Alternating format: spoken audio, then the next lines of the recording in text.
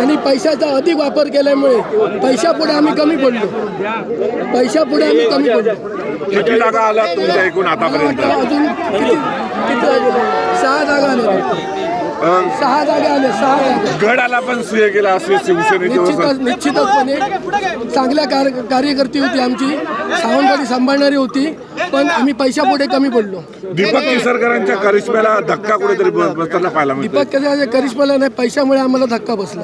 एकंदर जे विजय आहेत भाजपने मिळवलेले आहेत आणि तुम्हाला जो पराभव केला यावर कसं विश्लेषण करणार आहात? जनतेने निर्णय दिलेला आहे, जनतेचा निर्णय आम्ही स्वीकारतो आणि याच्यापुढे आम्ही जनतेची सेवा करत राहतो. तुमचा जो पराभव करण्यासाठी विरोधक एकवटलेले होते, मला त्यात त्यांना अपयश येताना पाहायला मिळते. त्यात अपयश म्हणजे त्याने मला 850 मतं मिळाली आणि समोरच्या उमेदवाराला काहीतरी 300 मतं मिळाली. जवळजवळ पक्षाच्या फरकाने मी निवडून आलो.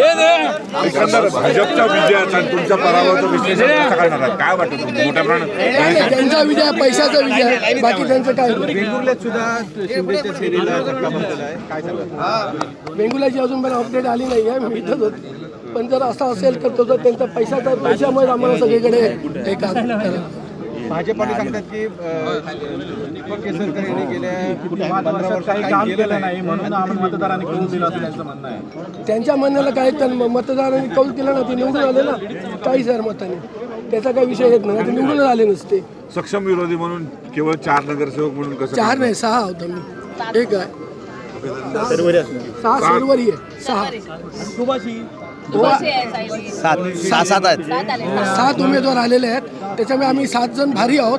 त्याच्यामुळे ते तेवढं आणि एक काँग्रेसची आली, निवाडाची एक आली, म्हणजे 9-11 त्यांचे आलेत, आमचे 7 आहेत. 21-0चा दावा केलेला होता परंतु यश येत काय नाही, 21 आम्ही दावा केला होता, पण शेवटच्या क्षणाला ज्यांनी पैशाचा वापर केला त्या पैशाच्या वापरापुढे आम्ही कमी पडलो.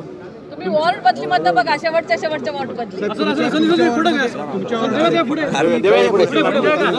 एका वॉर्डला 25 रुपये दिले, त्यांचा त्या पैशाचा काही उपयोग झाला नाही.